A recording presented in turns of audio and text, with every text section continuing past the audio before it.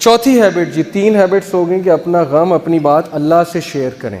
یہ سکسیسفل لوگوں کی ہیبٹ ہے. چوتھی ہیبٹ ہے never ever ever ever ever ever give up. کبھی ہمت مت ہاریے. اور کس سے سیکھیے؟ انبیاء سے سیکھیے.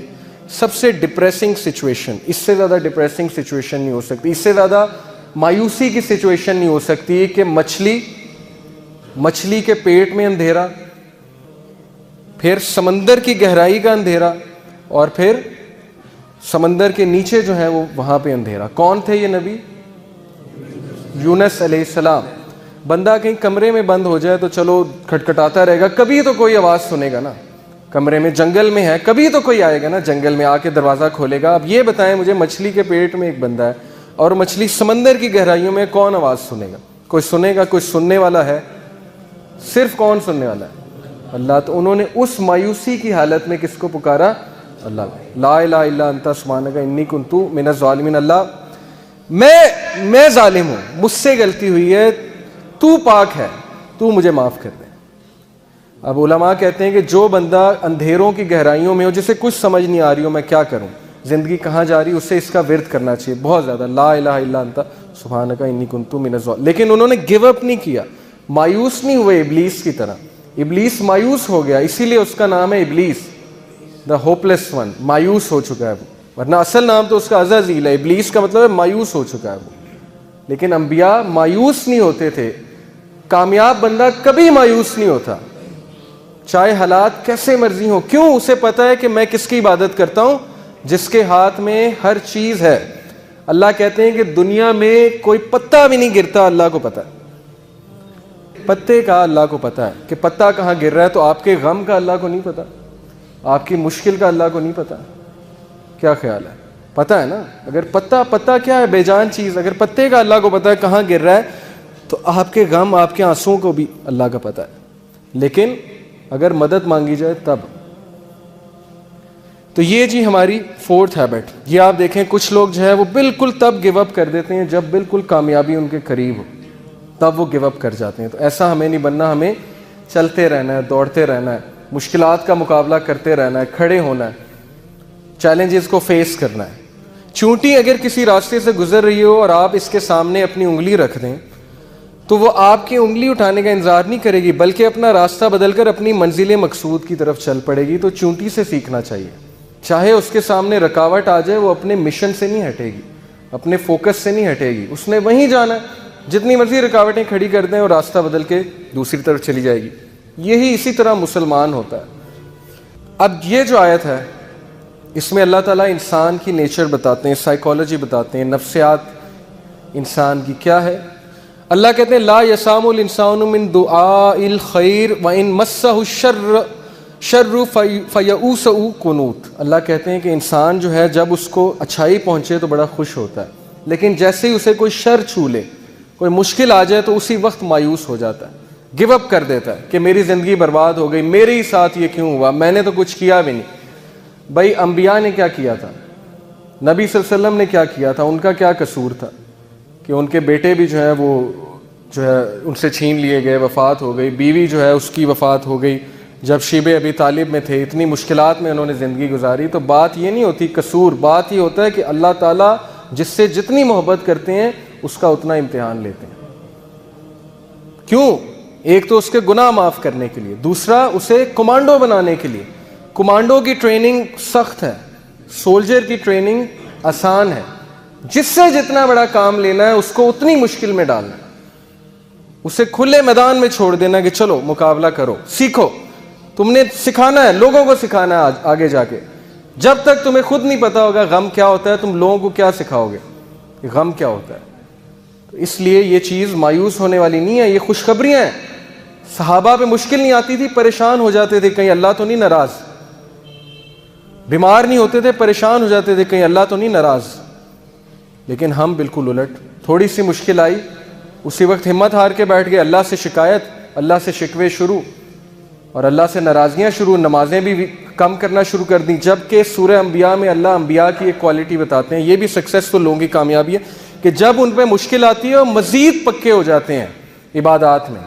یہ ہے سکسیسفل لوگ. ہمارا بالکل الٹا حساب ہے. جب مشکل آتی ہے سب سے پہلے نمازیں افیکٹ ہوتی ہیں, سب سے پہلے عبادات افیکٹ ہوتی ہیں, اس کے بعد جو اللہ سے ناراضگیاں ہوتی ہیں. ایک ہوتا ہے ایکٹیو شکوہ. ایکٹیو شکوہ کیا ہے؟ منہ سے یہ کہنا کہ بس اللہ نے میرے ساتھ یہ کیوں کیا. ایک پیسو شکوہ ہے. پیسو شکوہ چھپا ہوا شکوہ. چھپا ہوا شکوہ کیا ہے؟ گناہ کرنا اور سوچنا کہ میں اللہ کو یہ گناہ کر کے نا میں اللہ سے مقابلہ لگا رہا ہوں.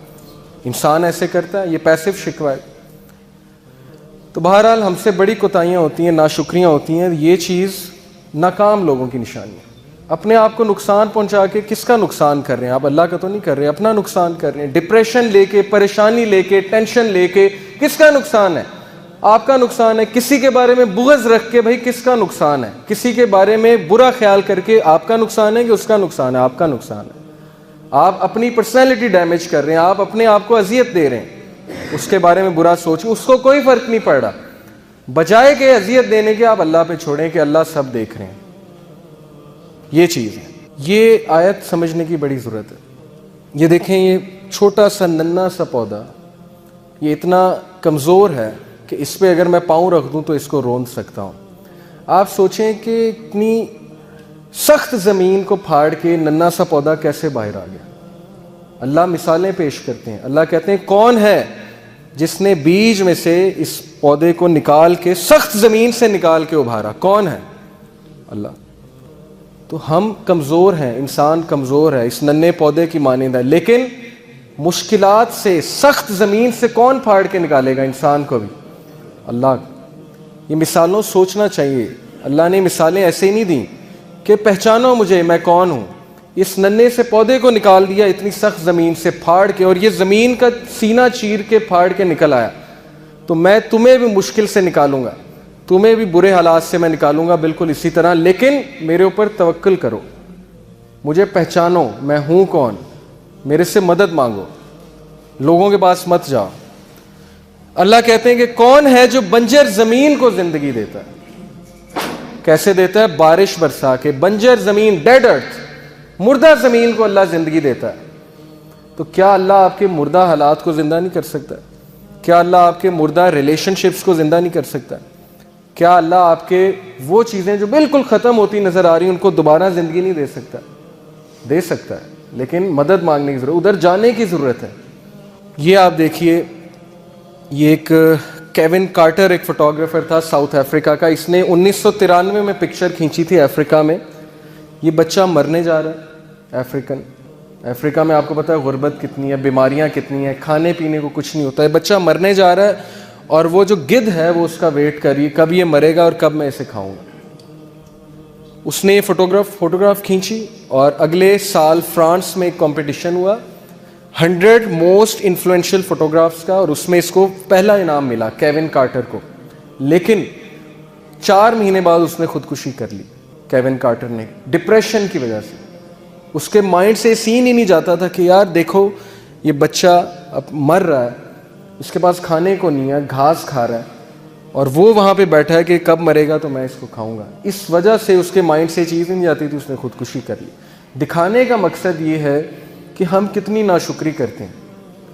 کیا ہم اس کی جگہ ہیں؟ ہم پہ تو تھوڑی سی مشکل آتی ہے, ہم کہتے ہیں بس ختم, زندگی برباد ہو گئی, اولاد نے جو ہے وہ بس دکھ دیے ساری عمر, میرے ساتھ یہ کیوں ہوا. آپ اس کی جگہ بھی تو ہو سکتے تھے نا, لیکن ہیں آپ اس کی جگہ. تو شکر کرنا چاہیے, بجائے کہ ہر وقت منہ پہ شکایت. بھائی شکر ادا کریں, شکر گزاری اپنائیں. یہ سیرین کپل ہے ایک, یہ 4 بچے ہیں, ان کے 4 بچے اپاہج. اب ان کا خیال رکھنے کے لیے کتنی تکلیف ہوتی ہوگی انہیں. یہ ایک تو ان کے بچے اپاہج, دوسرا ریفیوجیز ہیں, سیریا سے بھاگے ہیں, ادھر وہاں جنگ چل رہی ہے, خانہ جنگی ہے وہاں پہ, ٹرکی میں آ کے ایک خیمے میں رہ رہے ہیں. تو یہ شکایت نہیں کر سکتے اللہ سے؟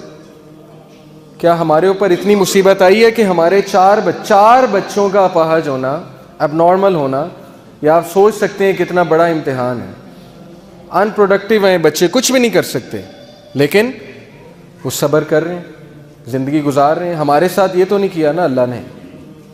تو شکر گزاری کرنی چاہیے. یہ ہماری جو ہو گئی 4 ہیبٹس. اچھا یہ ویڈیو پلیز چلائیے گا.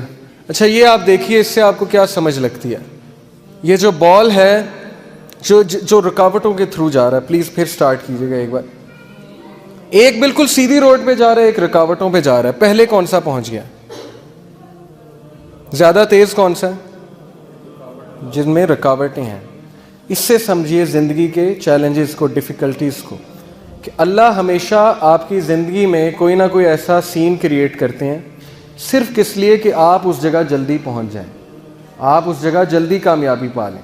یہ بھی تو ایک پرسپیکٹیو ہے نا لائف کا، بجائے کہ یہ سوچنا کہ نہیں لائف سموتھ ہوگی تو میں جلدی پہنچ جاؤں گا. نہیں،